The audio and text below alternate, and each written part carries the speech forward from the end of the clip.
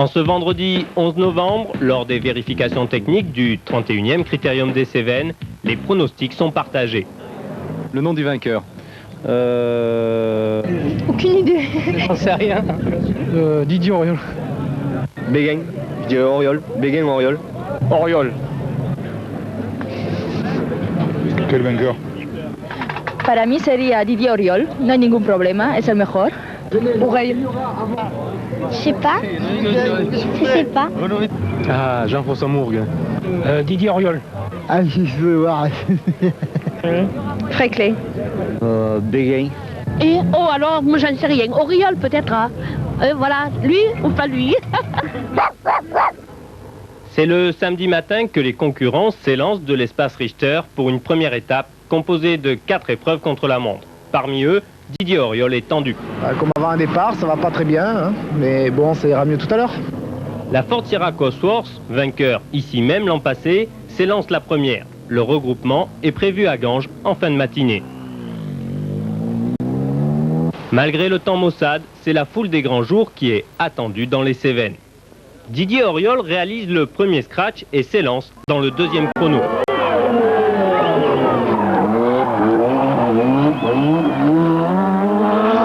À l'arrivée, la voiture numéro 1 sort trop large du dernier virage. Elle heurte le talus, rebondit de l'autre côté, part en tonneau et retombe sur la voiture des chronométreurs. Dans sa course folle, la Ford sectionne un poteau. La voiture est détruite, mais plus de peur que de mal, l'équipage est indemne et les commissaires légèrement blessés. La spéciale est annulée, Auriol out, mais on ne va pas s'endormir pour autant.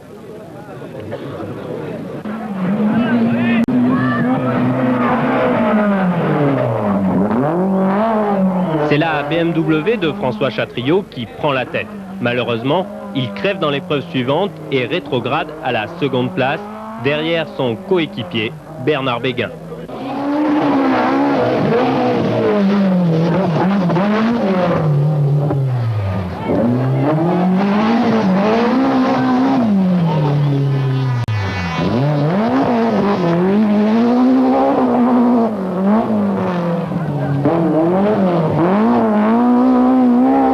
Le scratch, lui, est réalisé par François Delecourt.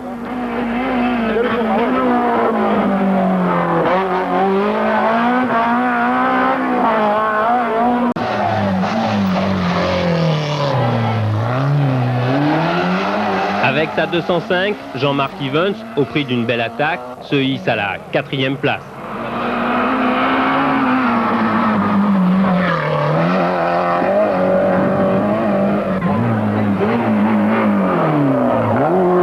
Le suivant, c'est Guy Fréclin sur la 309 des concessionnaires Peugeot.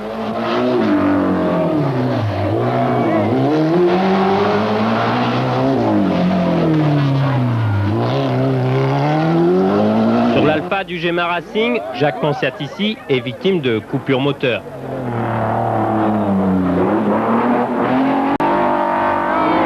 Il n'est que 6e, précédant Jean-François Mourgue, en proie à des problèmes de tenue de route.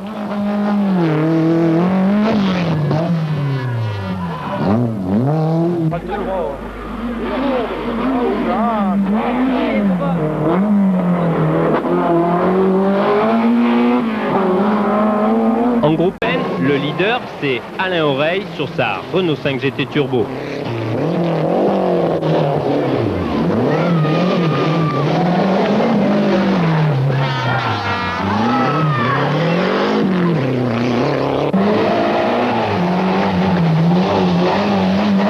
Victime d'un tête à queue, Jean-Pierre Ballet est 9e.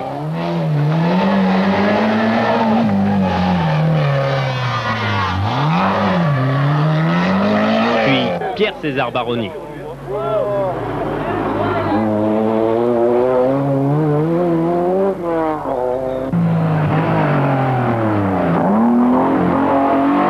Le spectacle est assuré par Paul Rouby, alors que Philippe Bugalski est 3e du groupe N.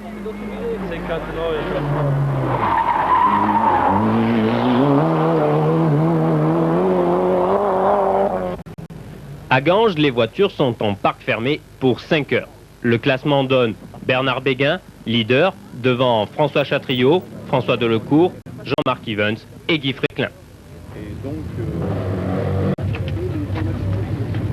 C'est la nuit qui attend maintenant les pilotes pour 6 épreuves chronométrées. Ce serait l'heure, pour certains, d'aller se coucher.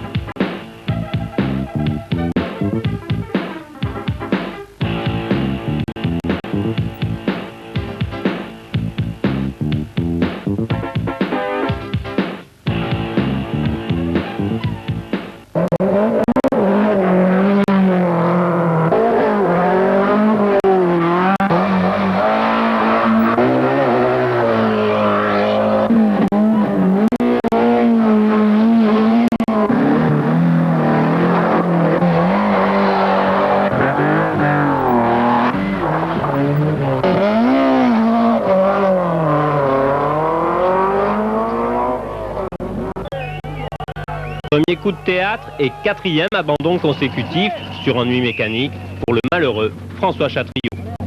La boîte s'est bloquée, ça a bloqué les roues arrière et on a eu, je crois, pas mal de chance parce qu'on est parti en tête à queue et la voiture est assez miraculeusement restée sur la route.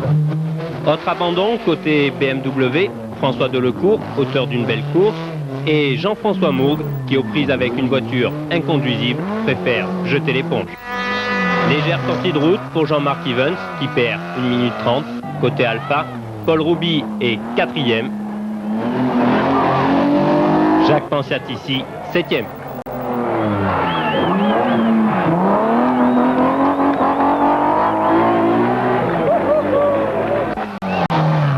Les deux Peugeot se suivent. Jean-Pierre Ballet est précédé par Guy Fréquelin, superbe second.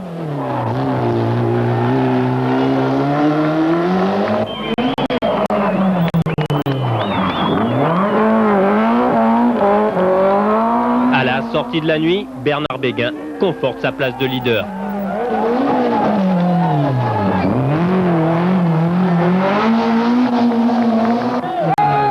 En groupe N, Pierre-César Baroni est à la poursuite d'Alain Oreille qui a rétrogradé d'une place.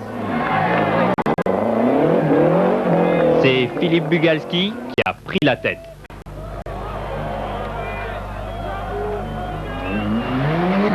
Dimanche matin, il pleut dans les Cévennes pour le départ de la 3e étape.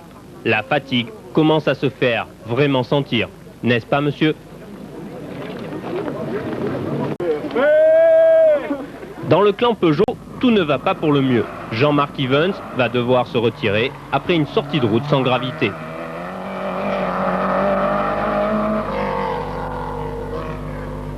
Abandon également de Jean-Pierre Ballet sur ennui mécanique au départ de la dernière spéciale.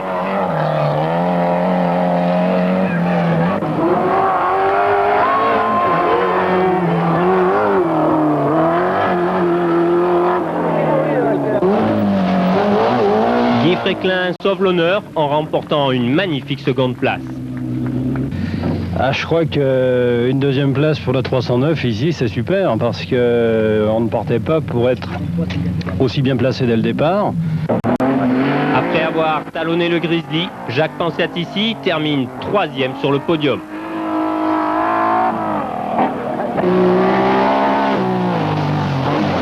Il a connu pendant ce rallye tous les ennuis du monde.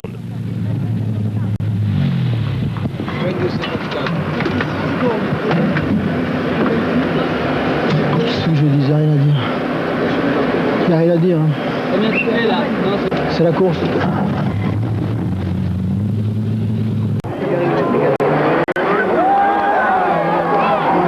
En groupe N, la Ford de Baroni terminera 3e sans avoir pu se mêler à la lutte finale entre les deux Renault.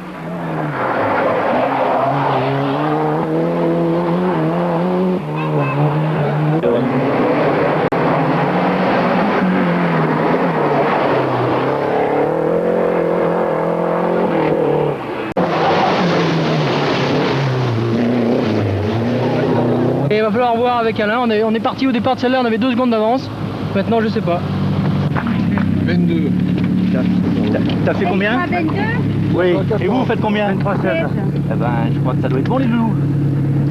Au moins, c'est intéressant, c'est passionnant, ces courses. Vous portez bien votre slogan « Vive le sport ». Ah oui, Bravo, les loulous, c'est bien. C'est une bonne façon de préparer une saison 89, ça, hein? Oui, je crois. Hein, je crois, hein? Allez. Le contrat va être difficile. Allez, vas-y, bravo. 9 secondes, hein? Ouais.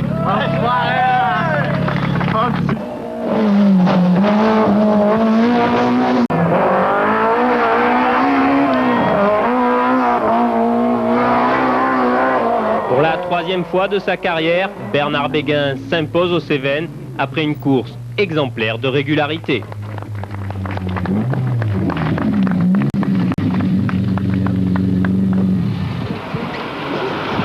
Bravo, Bernard. Merci.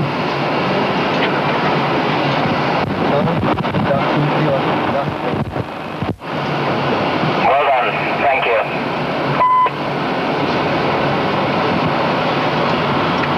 Bernard, jamais 203 au Cévennes, c'est vrai? Oui, c'est vrai, mais la victoire se vérifie une fois de plus. J'espère que ce sera jamais 304 l'année prochaine. Mais enfin, on va savourer cette victoire parce que la course était, malgré l'abandon de Didier, c'était très dur à cause des conditions atmosphériques. De remporter ces